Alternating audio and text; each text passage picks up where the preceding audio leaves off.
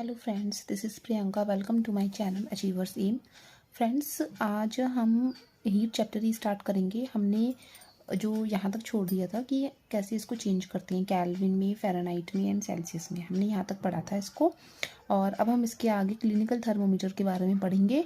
और इससे जो पहले की जो वीडियो है आप वो देख सकते हैं, उसमें हीट चैप्टर हमने स्टार्ट कर दिया है, उसके हम आगे से स्टार्ट कर रहे हैं। तो चलिए अब हम स्टार्ट करते हैं। और फ्रेंड्स, अगर आप लोग नोट्स की तैयारी, आपको अगर लग रहा है कि नोट्स कहाँ से तैयार कैसे प्रिपेयर करें, तो आप लोग ये पूरे नोट्स हैं, आप इससे या तो स्क्रीनशॉट ले लीजिए या फिर इसको आप नोट डाउन भी कर सकते हैं। अभी काफ़ी टाइम है एग्ज़ाम्स के लिए, और जैसे कि DSSB भी है, उसमें भी अभी जितना भी टाइम है, तो आप जो है अपना धीरे धीरे नोट्स तैयार कर सकते हैं। ये फॉर ऑल टीचिंग एग्ज़ाम्स में आपका जो है ये हेल्प करेगा, ये सारे नोट्स। एंड BPSC जो भी एग्ज़ाम्स हैं वो सभी में, क्योंकि NCERT सब में एक ही होती है, तो इसलिए आप लोग जो हैं ये नोट्स को तैयार कर सकते हैं।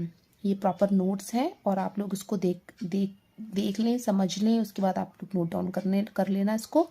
तो चलिए अब हम इसके आगे से स्टार्ट करते हैं। तो सबसे पहले अब हम क्लिनिकल थर्मोमीटर के बारे में पढ़ेंगे कि क्लिनिकल थर्मोमीटर होता क्या है, कैसे इसको हम कैसे कंस्ट्रक्शन इसको करते हैं, कहाँ यूज़ होता है, ये इन सब चीज़ों के बारे में हम यहाँ पे पढ़ेंगे। ये क्लास 7th हीट चैप्टर है। और चलिए फिर हम स्टार्ट करते हैं क्लिनिकल थर्मोमीटर के बारे में। तो सबसे पहले हम यहाँ पे पढ़ेंगे कि the thermometer that measures the temperature of our body, जिसको हम क्लिनिकल थर्मोमीटर कहते हैं। यानी क्लिनिकल थर्मोमीटर होती है जो हमारे बॉडी के टेम्परेचर को मेजर करता है, उसको हम क्या कहते हैं, क्लिनिकल थर्मोमीटर।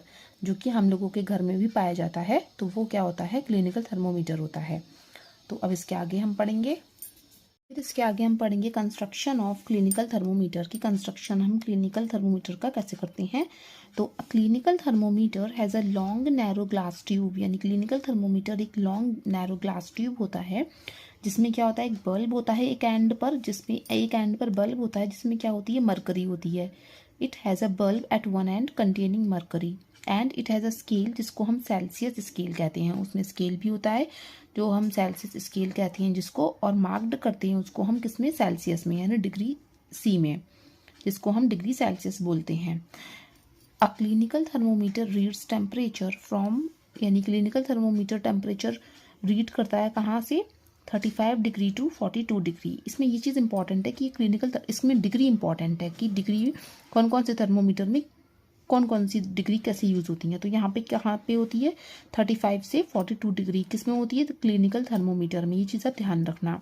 इसमें एक स्मॉल किंक, यानी बल्ब के पास आपने देखा होगा कि एक बल्ब के पास एक स्मॉल किंक यानी कॉन्स्ट्रिक्शन होती है, जो क्या करती है, prevent the mercury level of falling down, यानी वो गिरने से उस चीज़ को बचाती है। ठीक है, उसमें जो क्लिनिकल थर्मोमीटर होता है उसमें क्या होता है, एक मरकरी होती है, तो वो मरकरी जो जहाँ पे वो बल्ब होता है, आपने देखना अपने थर्मोमीटर में, तो वो जो है मरकरी लेवल को गिरने से बचाती है। जैसे कि हम लोग अपना टेम्परेचर जब देखते हैं तो उसमें मरकरी क्या होती है, ऊपर चलती चली जाती है, फिर वहाँ पर रुक जाती है। तो उसमें क्या होती है, किंक होती है जो वो गिरने नहीं देती है मरकरी लेवल को। ठीक है, तो वो क्या होती है, हमारी एक स्मॉल किंक होती है नियर द बल्ब, जो क्या करती है, to prevent the mercury level, उसको गिरने से क्या करती है, बचाती है। ठीक है, तो ये क्या होता है, हमारा सारा क्लिनिकल थर्मोमीटर के बारे में हमने इसमें पढ़ा। टेम्परेचर होता है इसका 35 डिग्री टू 42 डिग्री सेल्सियस।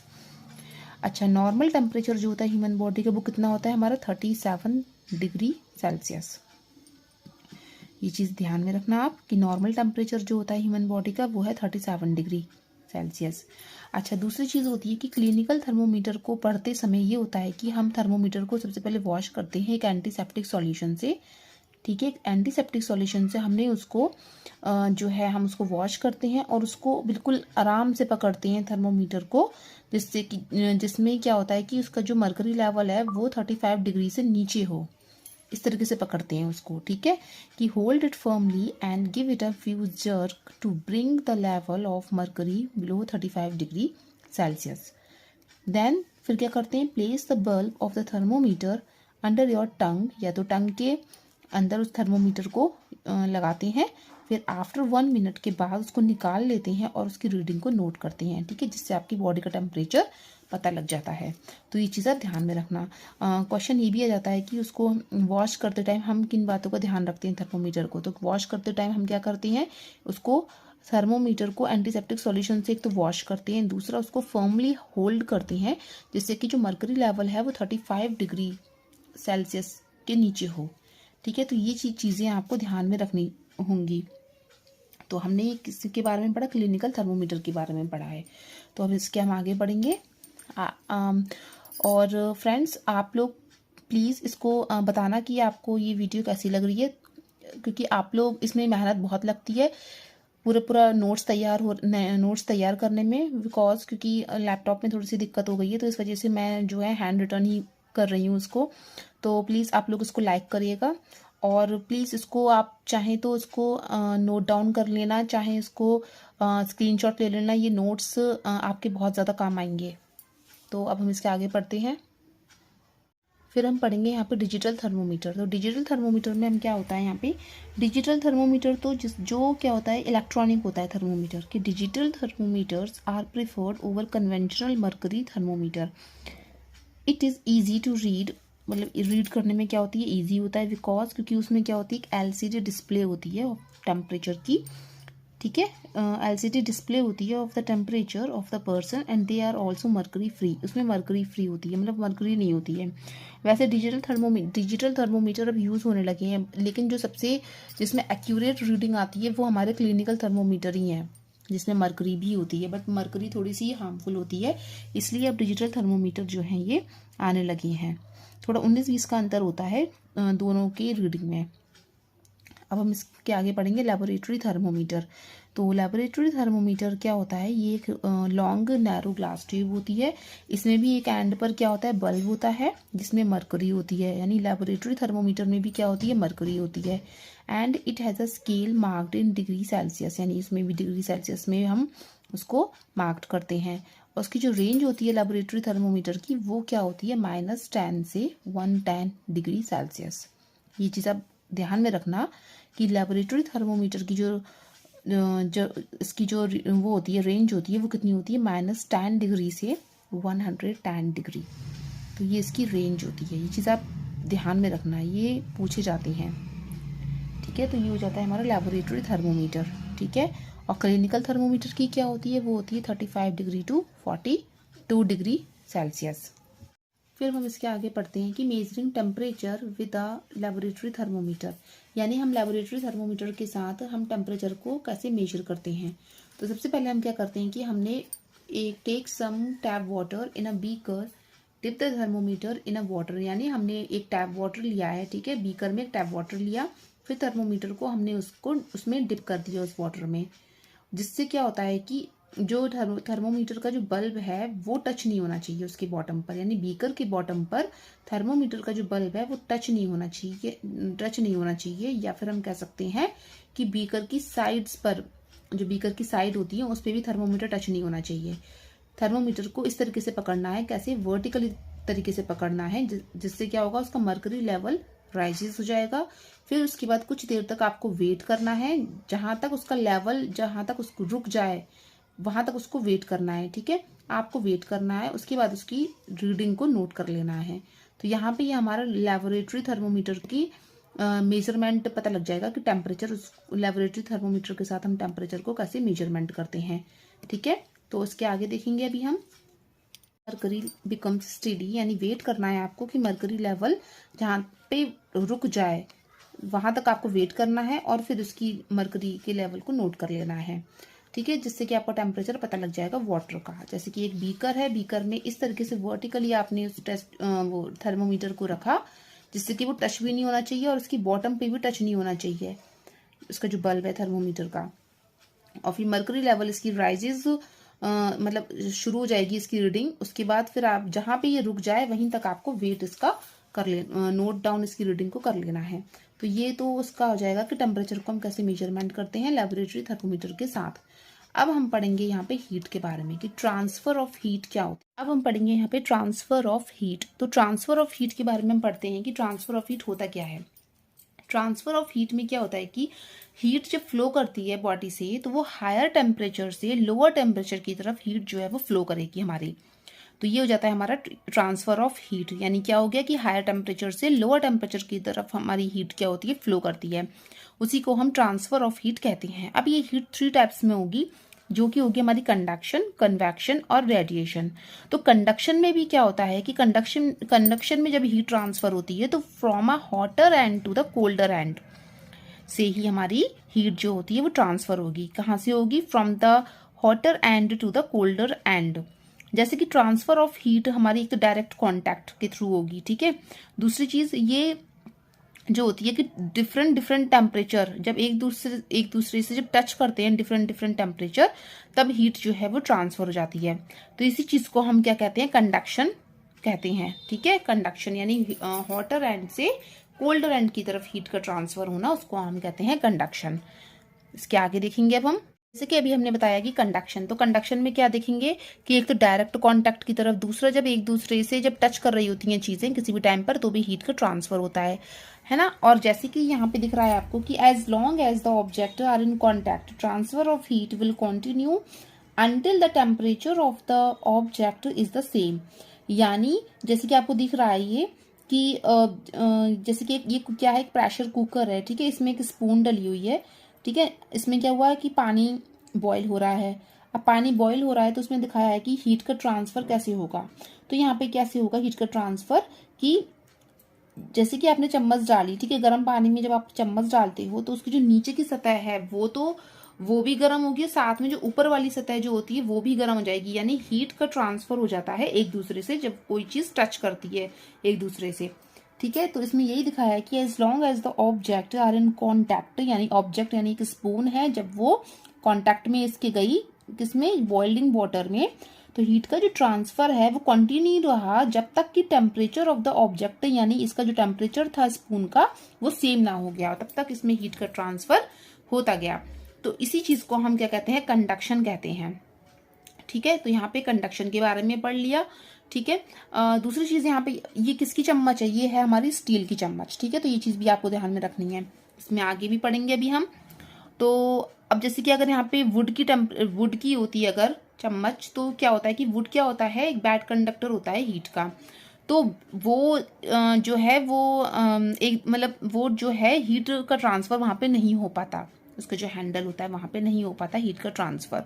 तो ये चीज आपको ध्यान में रखनी है कि ये स्टील की स्पून है, हीट का ट्रांसफर यहाँ पे होगा, बट क्या होगा कि हीट का ट्रांसफर होना है तब तक होगा जब तक कि दोनों का जो टेम्परेचर है वो सेम ना हो जाए, ठीक है। तो इसी चीज को हम कंडक्शन कहेंगे। अब हम इसके आगे पढ़ेंगे कंडक्टर एंड इंसुलेटर। अब हम कंडक्टर एंड इंसुलेटर पढ़ेंगे। तो कंडक्टर हमारे कौन से होते हैं? कंडक्टर होते हैं हमारे जो हीट को मतलब जो हीट को आसानी से क्या होते हैं, which allow heat to pass through them easily. मतलब यहाँ पे हम कह सकते हैं आयरन, एल्यूमिनियम, कॉपर, ये चीजें क्या होती हैं, हमारे कंडक्टर्स होती हैं। क्या होते हैं? हमारे कंडक्टर्स होती हैं कि हीट जो है वो आसानी से क्या होती है, उसमें इजिली पास हो जाती है हीट, तो ये हो जाते हैं हमारे कंडक्टर, ठीक है। इंसुलेटर कौन से होते हैं? जो हीट को मतलब उसमें हीट का कोई भी प्रभाव नहीं पड़ेगा, वो हो जाते हैं हमारे इंसुलेटर, जैसे कि वुड। तो हम कह सकते हैं ना यहाँ पे कि बैड कंडक्टर रहेंगे, ये तो आसानी से गर्म हो जाएंगे, मतलब हीट आसानी से पास हो जाएगी इसमें। बट जो इंसुलेटर कौन से होते हैं? जिसमें हीट आसानी से पास नहीं होती है, यानी हम कह सकते हैं उसको बैड कंडक्टर ऑफ हीट, ठीक है। बैड कंडक्टर और इंसुलेटर भी कहते हैं दूसरे वर्ड में। तो हमारे इंसुलेटर कौन से हो गए? वुड हो गया, प्लास्टिक हो गया, ग्लास, रबर, एयर, वाटर, ये चीज हमारे इंसुलेटर होते हैं, ठीक है। यानी इनमें हीट का कोई भी प्रभाव नहीं पड़ेगा, तो ये हो गए हमारे इंसुलेटर, यानी हम कह सकते हैं इसको बैड कंडक्टर ऑफ हीट। तो ये चीज आप ध्यान में रखना। अब हम इसके आगे पढ़ेंगे, कंडक्शन हो गया, कंडक्टर एंड इंसुलेटर हो गया। अब पढ़ेंगे हम कन्वेक्शन, ठीक है। तो कन्वेक्शन क्या होता है कि कन्वेक्शन होता है कि यहाँ पर हीट जो होती है वो ट्रांसफर होगी लिक्विड में एंड गैसेस में, किससे? Hotter parts to the colder parts, यानी हॉटर पार्ट में, यानी लिक्विड में हॉटर पार्ट से कोल्डर पार्ट की तरफ जो है वो हीट का ट्रांसफर होगा। जैसे कि अगर इस पे एक्टिविटी देखें कि जैसे कि आपने वाटर लिया है, ठीक है, एक बॉटम फ्लास्क है, राउंड बॉटम फ्लास्क, उसमें आपने क्या लिया है, पानी लिया है, ठीक है, एक ट्राइपॉड स्टैंड रखा हुआ है। अब आपने क्या करा है कि पुट अ क्रिस्टल, आपने क्रिस्टल डाले हैं, अब आपने क्रिस्टल डाले हैं किस चीज के, पोटेशियम पर मैग्नेट के आपने क्रिस्टल डाले हैं, ठीक है। एक राउंड बॉटम फ्लास्क है, उसमें आपने क्रिस्टल डाले हैं पोटेशियम पर मैग्नेट के। अब उसको आपने गर्म किया है विद अ बर्नर। तो क्या होता है फिर, the water at the bottom, यानी बॉटम पे जो पानी है वो कैसा हो जाएगा, हॉट होगा, ठीक है, एंड राइजेस अप, मतलब बॉयल होगा जब वो, तो क्या होगा कि ऊपर तक आएगा। एंड जो कोल्ड वाटर है फ्रॉम द टॉप, और टॉप का जो कोल्ड वाटर है वो नीचे की तरफ जाएगा। यानी जब आपको पता होगा, जब आप वाटर को बॉयल करते हो तो क्या होता है कि नीचे का पानी ऊपर आएगा और ऊपर का पानी नीचे चला जाएगा, ठीक है। तो क्या होता है, ये वाटर बिकम्स हॉट एंड, मतलब वाटर कैसा बन गया, हॉट बन गया, एंड राइजेस अप, और जो कोल्ड वाटर है फ्रॉम द टॉप से वो मूव्स डाउन, नीचे की तरफ चला गया। यही प्रोसेस चलती रहेगी और पूरा जो पानी है वो कैसा हो जाएगा, हीटेड हो जाएगा, यानी पूरा पानी गर्म हो जाएगा। यानी जो नीचे का जो हॉट वाटर है वो ऊपर आ जाएगा, राइजेस अप होगा, और जो कोल्ड वाटर है टॉप का वो मूव्स डाउन होगा, जिससे कि क्या होगा कि all the water gets heated, जिससे कि क्या पता चलता है कि हीट जो है वो ट्रांसफर हो रहा है बाय कन्वेक्शन के थ्रू। यानी कन्वेक्शन जो होता है वो या तो लिक्विड में होगा या फिर गैसेस फॉर्म में होगा, ठीक है, और हॉटर पार्ट से कोल्डर पार्ट की तरफ जाता है, ठीक है। और जो कंडक्शन होता है वो हॉटर एंड से कोल्डर एंड की तरफ जाता है, ठीक है। और जो कन्वेक्शन है ये लिक्विड में और गैसेस में जाएगा, हॉटर पार्ट से कोल्डर पार्ट की तरफ। जैसे कि आपने ये जो एक्टिविटी है इसमें आपको समझ में आ रहा होगा। तो यानी यहाँ पे हम कह सकते हैं कि the transfer of energy in a liquid और गैस, यानी एनर्जी का ट्रांसफर किस में हुआ है, लिक्विड में या फिर गैस में, ठीक है। फिर इसके आगे पढ़ते हैं कि when part of a gas, यानी जब हम इसमें पढ़ेंगे when part of a gas और लिक्विड इज हीटेड, तो the particles it is made up of a move faster and spread out मोर। यानी यहाँ पे दिखाया है कि गैस हो चाहे लिक्विड हो, उसमें जब हम किसी भी चीज को गर्म करते हैं, गर्म होती है तो जो पार्टिकल्स होते हैं, ठीक है, वो क्या करते हैं, जो पार्टिकल होते हैं वो मूव करते हैं फास्टर और फैल जाते हैं ज्यादा से ज्यादा। गर्म यानी लिक्विड या गैसेस फॉर्म में, जो जब कोई चीज लिक्विड या गैसेस फॉर्म में गर्म होती है तो उसमें जो पार्टिकल्स होते हैं वो क्या होते हैं, मूव करते हैं तेजी से और फैल जाते हैं ज्यादा से ज्यादा। दूसरी चीज क्या होती है कि the moving particles bump into other particles, जिससे क्या होता है, to move faster and spread out more. मतलब वही मतलब है यहाँ पे कि क्या है कि जितने ज्यादा हीट का प्रोसेस होगा उतने ही ज्यादा पार्टिकल्स जो है वो मूव करते हैं, फास्टली मूव करेंगे और स्प्रेड हो जाती हैं ज्यादा से ज्यादा, ठीक है। अब हम पढ़ेंगे यहाँ पे कन्वेक्शन इन एयर, कि हमारे हवा में कन्वेक्शन यानी हीट का किस तरीके से ट्रांसफर होता है। जैसे कि यहाँ पे आपको दिख रहा है कि the air near the heat source gets heated and rises up, the air from the sides move into take its place, in this way the air gets heated। यानी अगर आपको दिख रहा होगा कि जैसे कि कोई भी चीज, जैसे कि अगर हम ठंड की बात कर लें तो जैसे कि आपको पता होगा कि बाहर जैसे आग तापते हैं, ठीक है, आग तापते हैं और हवा चल रही होती है, तो क्या होता है कि जहां पर हीट है वहां पे तो आपको हवा वहां पे गर्म लगेगी, ठीक है, वहां पे आपको क्या लगेगी, हवा जो है वो गर्म होगी, और जो साइड से जो हवा, मतलब इधर उधर की जो हवा, थोड़े से दूर हटके अगर आप खड़े रहोगे तो वहां पे क्या होगी, ठंडी हवा होगी। तो यहाँ पे यही बताया गया है कि जहां पर हीट है तो हवा वहां की तो हीटेड हो जाएगी, ठीक है, और जहां पे जो साइड, अगर आप थोड़े से दूर हटके खड़े होगे तो वहां पे आपको ठंडी हवा लगेगी। तो हम कह सकते हैं कि यहाँ पे जो एयर है वो क्या होती है, गेट हीटेड हो जाएगी। अगर आप देखो, if you keep one hand above a flame, जैसे कि अगर यहाँ पे एक एग्जाम्पल दे रखा है कि आप एक हाथ में मान लो क्या रखे हो, एक फ्लेम रखे हो, ठीक है, if you keep one hand above a flame, उसके बाद क्या होता है कि इसके आगे पढ़ेंगे अब हम। मतलब यहाँ पे दिखाया गया है कि मान लीजिए कि आपका एक हैंड क्या है, फ्लेम के ऊपर है, एक हैंड है फ्लेम के ऊपर और दूसरा जो हैंड है वो क्या है, फ्लेम के साइड में है। तो जो हैंड है at the top feels hot, यानी जो जो आपका हैंड के फ्लेम के ऊपर जो हैंड है ना वो क्या हो जाएगा आपका, गर्म फील करेगा, क्योंकि एयर जो है आपके जो एयर है अबव इज हीटेड अप, यानी एयर क्या होगी, वो हीट हो रही है वह कन्वेक्शन के थ्रू। और जो साइड में आपका जो हैंड है वो इतना गर्म नहीं होगा, क्योंकि वहां पे कोई भी कन्वेक्शन नहीं है। तो यानी हम कह सकते हैं यहाँ पे कि कन्वेक्शन क्या होता है कि हॉटर एंड से कोल्डर एंड की तरफ जाता है। यानी हम कह सकते हैं कि जहां पर हीट की प्रोसेस हो रही है वहां पे तो एयर आपको हीटेड अप रहेगी, और जहां पे अगर साइड में है या मतलब आप थोड़ा सा हटके अगर खड़े हो वहां पे, जैसे जहां पे ताप रहे हो आप, वहां तो आपको गर्म हवा लगेगी, अगर आप थोड़े से दूर पे हटके खड़े हो तो वहां पे आपको ठंडी लगेगी। तो यहाँ पे ये दिखाया गया है कि एक हाथ अगर आपका फ्लेम के ऊपर है और दूसरा फ्लेम के साइड पे है, तो जो फ्लेम के ऊपर है जो आपका हाथ वो तो आपको फील करेगा हॉटर, और जो साइड में है वो फील नहीं करेगा हॉट, क्योंकि वहां पे कोई भी कॉन्वेक्शन नहीं है, और जो ऊपर है फ्लेम के वो है वहां पे कॉन्वेक्शन प्रोसेस। ठीक है, तो ये चीज आप ध्यान में रखना यहाँ पे कि कॉन्वेक्शन इन एयर हम किस तरीके से डिफाइन कर सकते हैं उसको। ठीक है, तो आई होप आपको ये समझ में आ गया होगा। और अब हम इसके आगे पढ़ेंगे यहाँ पे sea breeze and land breeze. तो sea breeze and land breeze इसके आगे हम पढ़ेंगे, वो भी इसी के अंडर आता है। तो सबसे पहले अगर हम बात करें यहाँ पे sea breeze and land breeze, तो सी ब्रीज क्या होगा कि आपने देखा होगा कि दिन में क्या होता है कि जो लैंड होती है वो गर्म होती है, ज्यादा गर्म होती है समुद्र के मुकाबले। ठीक है, जिससे कि क्या होगा, जो एयर होगी यानी जो लैंड के ऊपर जो हवा चल रही होगी वो आपको गर्म लगेगी, becomes hotter and rises up. ठीक है, और जो कूल एयर होगी, जो समुद्र से जो ठंडी हवा आ रही होगी वो क्या करेगी, टुवर्ड्स द लैंड, यानी लैंड की तरफ मूव करेगी। जो ठंडी हवा होगी वो कहाँ से आएगी, समुद्र से आएगी ठंडी हवा, सी से आएगी ठंडी हवा कूल एयर, और मूव करेगी लैंड की तरफ। ठीक है, और जो लैंड पर जो गर्म हवा होगी, यानी land gets heated faster than, दिन की बात हो रही है यहाँ पे कि लैंड यहाँ पे ज्यादा गर्म होगी सी के मुकाबले। क्यों गर्म होगी, क्योंकि लैंड के ऊपर जो भी हवा चल रही होगी वो गर्म, लैंड के ऊपर जो भी हवा चल रही होगी वो कैसी होगी, हॉटर होगी, क्योंकि दिन का टाइम चल रहा है। और जो ठंडी हवा जो आ रही होगी वो किधर से आ रही होगी, लैंड की तरफ आ रही होगी, वो आ रही होगी सी से, यानी समुद्र से ठंडी हवा आ रही होगी, जिसको हम कहते हैं सी ब्रीज।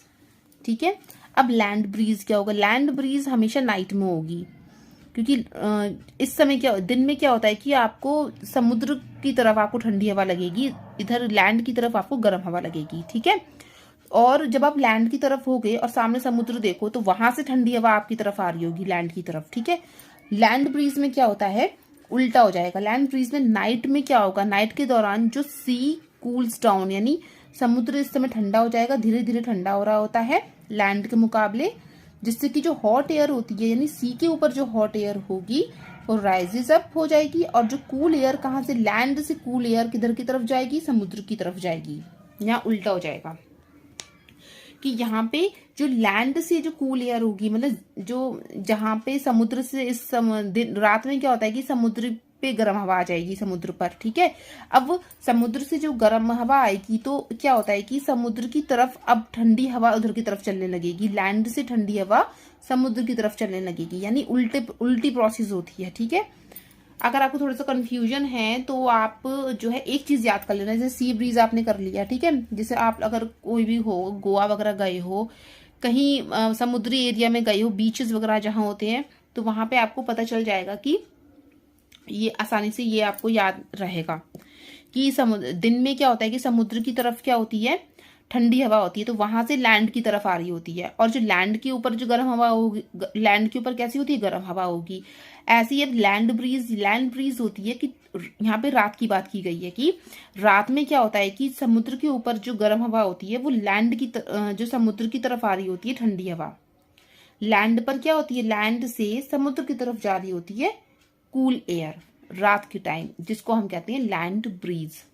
ठीक है, तो ये चीज होगी हमारी सी ब्रीज एंड लैंड ब्रीज। हम इसके आगे पढ़ेंगे यहाँ पे रेडिएशन। तो रेडिएशन में क्या होता है, देखो रेडिएशन में यहाँ पे किसी भी चीज की कोई भी हेल्प नहीं होती है। ठीक है, कोई भी किसी भी चीज की कोई भी मीडियम की जरूरत नहीं होती है। यहाँ पे आपको डायरेक्ट हीट मिलती है, जैसे कि यहाँ पे सन हो गया, इस समय विंटर में आप सन में बैठे हो तो डायरेक्ट आपको क्या हो रही है, सन एक्सपोजर हो रहा है यहाँ पे, यानी यहाँ पे एक रेडिएशन प्रोसेस हो रही है। जैसे कि इसमें दे रखा है कि radiation is the process by which heat is transferred from one place to another without the help of any medium, यानी किसी भी मीडियम की यहाँ पे कोई भी ज़रूरत नहीं होती है। फॉर एग्जाम्पल जैसे द हीट फ्रॉम द सन, जैसे कि सन से हीट रीचेस करती है कहाँ, अर्थ पर, बाय रेडिएशन के थ्रू, ठीक है। And when we sit near a fire we feel warm, यानी अगर हम वही ताप रहे हो अगर, तो हम क्या करते हैं, फील करते हैं वार्म। क्यों? क्योंकि due to the heat radiated, हम डायरेक्ट टच में हैं, ठीक है, डायरेक्ट टच में है। अगर वहां पे एयर की बात आ जाएगी तो कन्वेक्शन का प्रोसेस चल जाएगा कि कन्वेक्शन इन एयर, कि एयर गर्म हो जाएगी वहां पे, और इधर उधर की एयर ठंडी है, बट वहां पे जहां पे आप ताप रहे हो वहां पे एयर गर्म हो गई है, तो ये चीज प्रोसेस कैसी हो जाएगी, कन्वेक्शन की प्रोसेस। लेकिन अगर हम लोगों की बात चल रही है कि हम लोग ऑन अ फायर बैठे हैं, ठीक है, तो हम क्या कर रहे हैं, डायरेक्ट हम मतलब हम क्या हो रहे हैं, वार्म हो गई, हमारी बॉडी वार्म हो जाती है due to the heat radiated, direct contact हो गया है यहाँ पे, इसलिए इसको हम रेडिएशन प्रोसेस कहते हैं without any help, without the help of any medium, ठीक है। आई होप आपको ये समझ में आ रहा होगा। और इसके आगे अभी और भी है, तो इस प्रोसेस को हम रेडिएशन ही कहते हैं। इसके आगे बढ़ेंगे अब हम, जैसे कि मैंने आपको बताया रेडिएशन में, जैसे कि सन से डायरेक्ट क्या हो रही है, अर्थ पे आ रही है, तो ये क्या हो रही है, हमारी रेडिएशन के थ्रू हीट जो है यहाँ पे ट्रांसफर हो रही है। अब हम पढ़ेंगे यहाँ पे हीट फ्रॉम द सन, यानी सन से हम हीट को कैसे ऑब्जॉर्व करेंगे। तो सबसे पहले अगर हम बात करेंगे, जैसे कि आप अगर धूप में बैठ रहे हो तो आपकी स्किन क्या होती है, वार्म हो जाती है सन के कारण, ठीक है। सनी डे में की बात हो रही है यहाँ पे, क्योंकि क्या होता है, जो एनर्जी है वो हमारी स्किन पे पार्टिकल्स को कॉज करती है, और क्या करती है, मूव करती है फास्टर, मूव फास्ट करेगी पार्टिकल्स को, जिससे कि हमारी मोर हीट एनर्जी हमें एब्जॉर्ब हो जाएगी, इसलिए, ठीक है। तो ये हमारा हीट फ्रॉम द सन को हम इस तरीके से यहाँ पे एब्जॉर्ब करते हैं। अब दूसरी चीज हो जाती है कि डार्क कलर्ड की चीज हो रही है। अब यहाँ पे dark coloured surface absorb more heat than light coloured surface, यानी डार्क कलर्ड सरफेस एब्जॉर्ब करती है मोर हीट को in comparison to light coloured surface के थ्रू, ठीक है। क्योंकि लाइट डार्क कलर्ड की सरफेस ज्यादा मोर हीट को एब्जॉर्व करेगी। जैसे कि अगर आप कपड़ों की बात करें, जैसे कि कपड़े अगर आप ज्यादा डार्क कलर के पहन लेते हो समर में, तो वो मोर हीट को एब्जॉर्व करेगी। विंटर में पहन लेते हो तो कोई बात नहीं, विंटर में तो आपको और ज्यादा वार्म करते हैं कपड़े, ठीक है।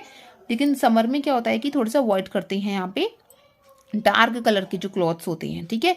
ऐसी डार्क कलर की जो सरफेस होती हैं वो रेडिएट करती हैं मोर हीट को in comparison to light coloured surfaces, ठीक है। तो ये चीज आपको ध्यान में रखनी है यहाँ पे। अब आ जाता है we wear dark coloured clothes in winter because it absorb more heat and keep us warm, हमें रखते हैं, ठीक है। और लाइट कलर्ड के कपड़े समर में पहनते हैं तो वो रिफ्लेक्ट करते हैं, और हम लोग, हमारी बॉडी कैसे रखती है, कूल रहती है हमारी बॉडी इससे, डार्क कलर के कपड़ों में, ठीक है। और अब हम इसके आगे बढ़ेंगे। ऐसे ही आ जाता है यहाँ पे कि we wear woollen clothes in winter, यानी विंटर में हम वुलन के क्लॉथ्स पहनते हैं, क्योंकि वूल क्या होती है, is a poor conductor of heat. Wool होती है एक पुअर कंडक्टर ऑफ हीट, यानी कोई भी प्रभाव नहीं पड़ेगा यहाँ पे हीट का। एंड द एयर जो होती है उसमें से, वूल फाइबर में से, वो प्रिवेंट करती है लॉस ऑफ हीट, यानी हीट को आने, वो प्रिवेंट करती है लॉस ऑफ हीट, यानी जितनी प्रिवेंट करती है वो हीट को लॉस होने से प्रिवेंट करती है फ्रॉम अवर बॉडी से, जिससे कि हम क्या रखते हैं, वार्म अप रखते हैं, रहते हैं उसमें, ठीक है। तो वूल क्या होता है, हमारा पुअर कंडक्टर ऑफ हीट होता है, जिससे कि हम वुलन क्लॉथ्स में हमारी जो बॉडी होती है वो वार्म अप रहती है, और जो वूल फाइबर होते हैं, जो एयर उसमें से पास नहीं हो पाती है, यानी प्रिवेंट करती है लॉस ऑफ हीट हमारी बॉडी से, जिससे कि हम क्या फील करते हैं, वार्म फील करते हैं, ठीक है। तो ये चीज आप ध्यान में रखना। अब हम इसके आगे पढ़ेंगे यहाँ पे विंड के बारे में पढ़ेंगे। तो विंड क्या होती है, horizontal movement of air from an area of high pressure to low pressure, यानी विंड जो होती है, जब एयर का जो मूवमेंट होता है, यानी हॉरिजॉन्टली जब एयर का मूवमेंट होगा, कहाँ से, हाई प्रेशर से लोअर प्रेशर की तरफ, ठीक है। तो उसमें क्या होती है, हमारी क्या कहलाती है, विंड कहलाती है। यानी हायर प्रेशर से लोअर प्रेशर की तरफ हॉरिजॉन्टल मूवमेंट में जब एयर का जब जो एयर का हॉरिजॉन्टल मूवमेंट में जब फ्लो होता है हायर प्रेशर से लोअर प्रेशर की तरफ, तो उसको हम विंड कहते हैं। जैसे कि there is uneven heating of earth, जैसे कि क्या होती है, जब ज्यादा गर्म हो जाती है अर्थ, जिससे क्या हो जाता है, ग्लोबल विंड पैटर्न बन जाता है, ठीक है। अर्थ की ज्यादा, यानी जब पृथ्वी हमारी ज्यादा गर्म हो जाती है, जिससे क्या हो जाता है, हमारा ग्लोबल विंड पैटर्न शो होता है। ठीक है, अब यहाँ पे 2 टाइप्स की विंड देखने को मिलती हैं। एक तो होती है लोकल विंड, दूसरा होता है ग्लोबल विंड। ठीक है, तो लोकल विंड कौन सी होती हैं? लोकल विंड होती हैं जो ब्लो करती हैं शॉर्ट डिस्टेंस पर जो ब्लो करती हैं। ठीक है, और जो ग्लोबल विंड, ग्लोबल से नाम पता चल रहा होगा, ग्लोबल का मतलब क्या करेगी कि एक स्पेसिफिक डायरेक्शन यानी लॉन्ग डिस्टेंसेस पर जा रही है एक स्पेसिफिक डायरेक्शन से। ठीक है, तो ये हमारी लोकल विंड और ग्लोबल विंड हो जाएंगी। अच्छा, विंड का भी कुछ कारण होते हैं, जैसे कि differences in temperature and differences in pressure. दो कारण होते हैं विंड के। ठीक है, पहली बात तो ये है कि अगर हवा मतलब एयर का जो मूवमेंट है वो हॉरिजॉन्टली हो और हायर प्रेशर से लोअर प्रेशर की तरफ होता है, और जब पृथ्वी हमारी ज्यादा गर्म हो जाती है, जिससे क्या बन जाता है, ग्लोबल विंड पैटर्न बन जाता है। एक होती है लोकल विंड, दूसरी होती है ग्लोबल विंड।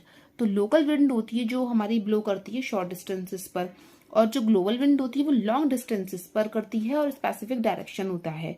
अच्छा, विंड के कारण कौन से होते हैं? एक तो होता है differences in temperature and differences in pressure. अब हम इन दोनों के बारे में पढ़ेंगे यहाँ पे। हम पढ़ेंगे यहाँ पे डिफरेंसेस इन टेम्परेचर। तो डिफरेंसेस इन टेम्परेचर में क्या होता है कि वार्म एयर राइजेज, यानी यहाँ पे गर्म हवा आएगी यहाँ पे। तो warming air makes the molecules more faster and spread out. यानी क्या होता है, जब टेम्परेचर में डिफरेंस होगा तो क्या होती है, गर्म हवा जो होती है वो क्या करती है, उसमें मॉलिक्यूल्स होते ही हैं। गर्म हवा में क्या होता है कि जो वार्मिंग एयर होती है वो मॉलिक्यूल्स को बनाते हैं और क्या मूव करते हैं, फास्टर मूव करेंगे और सब तरफ फैल जाते हैं। जिससे क्या होता है कि एयर लेस डेंसिटी, मतलब उसकी डेंसिटी क्या होती है, कम हो जाती है, एयर की डेंसिटी कम हो जाएगी। और less dense air is light, यहाँ पे एल है ये, लाइट एंड विल राइज। यानी जो लेस डेंस एयर है वो लाइट हो जाएगी और क्या होगी, अप हो जाएगी, यानी विल राइज हो जाएगी। ठीक है, तो यानी जब टेम्परेचर में डिफरेंस होगा तो आपका वार्म एयर राइजेज होती है टेम्परेचर में डिफरेंस। ठीक है, अच्छा वार्म एयर। अब कोल्ड एयर कैसे होगी, कोल्ड एयर सिंक्स। यहाँ पे होगा जब टेम्परेचर में डिफरेंस तो वार्म एयर राइजेज हो जाएगी और कोल्ड एयर हमारी सिंक हो जाएगी। यानी जब कूलिंग एयर, जो ठंडी हवा होती है, वो मॉलिक्यूल को स्लो करती है और साथ में हो जाती है, यानी ग्रुप टुगेदर हो जाएगी। जबकि जो गर्म हवा होती है वो फैल जाएगी और मूव करेगी फास्टर, जो उसके मॉलिक्यूल्स होंगे। ठीक है, और जो कोल्ड एयर होंगे वो मूव करते हैं स्लोली और ग्रुप में साथ हो जाते हैं, जिससे कि क्या होगा, एयर मोर डेंस, और more dense air will sink. तो ये चीज़ आप ध्यान में रखना। ठीक है, कोल्ड एयर और वार्म एयर। तो cold air warm air temperature में डिफरेंस होगा। जब टेम्परेचर में डिफरेंस होता है तो वार्म एयर में मॉलिक्यूल्स हमारे फैल जाते हैं और जो कोल्ड एयर में क्या होते हैं, मॉलिक्यूल्स हमारे इकट्ठे हो जाते हैं। ठीक है, वार्म एयर में हमारे जो एयर है वो लेस डेंसिटी में चली जाएगी और एयर हमारी लाइट हो जाएगी, और कोल्ड एयर में हमारी जो एयर होती है वो डेंस हो जाएगी और डेंस एयर हमारी सिंक हो जाएगी। ये चीज़ आप ध्यान में रखना। अब आता है हमारे डिफरेंसेस इन प्रेशर। अब प्रेशर में जब डिफरेंस होता है तब क्या होता है कि राइजिंग एयर क्रिएट करती है लोअर प्रेशर। यानी जो अगर एयर अप हो रही है ना, तो वो प्रेशर को कम करेगी। If air is lifted up, यानी अगर air lifted up that means there is less air pushing down on earth. यानी एयर अर्थ पर जो है एयर जो है वो कम आपको पुश करती हुई नजर दिखाई, मतलब महसूस होगी आपको पुश करती हुई। ठीक है, और जो सिंकिंग एयर होती है वो हाई प्रेशर करती है। यानी अगर एयर सिंकिंग कर रही है देन एयर क्या कर रही है, pushing down on the surface of earth with a high amount of pressure. ठीक है, यहाँ पे पुशिंग डाउन कहाँ पर, सरफेस, अर्थ की सरफेस पर यहाँ पे पुशिंग डाउन दे रही है एयर को, एयर करेगी पुशिंग डाउन जब उसका हाई अमाउंट ऑफ प्रेशर होगा, और यहाँ पे क्या करेगी, लेस एयर पुश करेगी, तो यहाँ पे लोअर प्रेशर को वो क्रिएट करती है। तो ये चीज़ आपको ध्यान में रखना है कि हम टेम्परेचर में जब डिफरेंस होता है तो क्या होती हैं एयर में डिफरेंसेस, और जब प्रेशर होता है तब क्या डिफरेंसेस होती हैं। तो जब प्रेशर में डिफरेंसेस हो रहा है तो जो राइजिंग एयर है तो वो क्या होगी, प्रेशर को लो करेगी। यानी प्रेशर को लो करेगी यानी अर्थ पर क्या होता है कि लेस एयर पुश करेगी। ठीक है, और जब सिंकिंग एयर होती है तो वो हाई प्रेशर होगी। जब हाई प्रेशर है तो वो क्या करेगी, एयर क्या होगी, पुशिंग डाउन अर्थ की सरफेस पर क्या करेगी, वो पुश करेगी, और यहाँ पे कम पुश करेगी। जो ये राइजिंग एयर जो होती है वो कम पुश करती है अर्थ पर, लेकिन ये क्या करेगी, ये पुश करती है down on the surface of earth high pressure के साथ, ठीक है, अर्थ पर। तो ये चीज़ आपको ध्यान में रखनी है। तो this is all about heat chapter complete होता है यहाँ पे। चैप्टर 4 एनसीईआरटी का है। अब यहाँ पे चैप्टर 5 लेकर आऊँगी, शायद एसिड बेस एंड सॉल्ट है। एसिड बेस एंड सॉल्ट की मैंने एक वीडियो बना भी रखी है और कोशिश करूँगी अगर वो बन जाए, वरना मैं उसका अगला चैप्टर स्टार्ट करूँगी जो कि फिजिकल एंड केमिकल चेंज है। तो फ्रेंड्स आप लोग प्लीज़ इसको पढ़ना और इसको पूरा पढ़ना और अपने नोट्स तैयार करते रहना। एक तरीके से ये पूरे नोट्स ही हैं ये। तो मिलते हैं अब हम नेक्स्ट वीडियो में, और अगर आपको वीडियो पसंद आई हो तो लाइक शेयर सब्सक्राइब करिएगा। Thank you.